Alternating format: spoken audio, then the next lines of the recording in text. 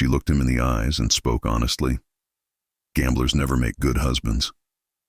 Her words were calm, but they hit harder than any loss he had ever suffered. In that moment, his heart broke.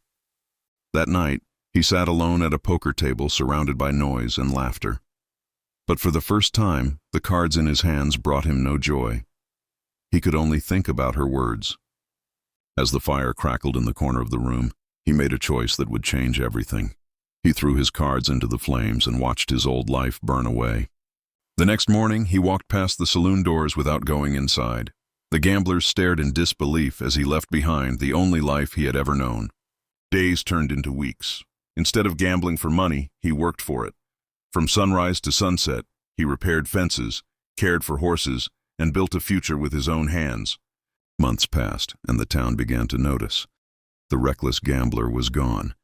In his place stood a hard-working man known for his honesty, discipline, and determination.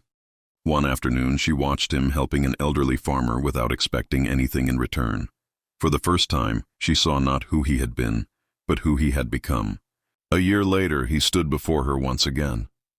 His clothes were simple, his hands rough from work, but his eyes carried a confidence that had never been there before. A year later, he stood before her once again.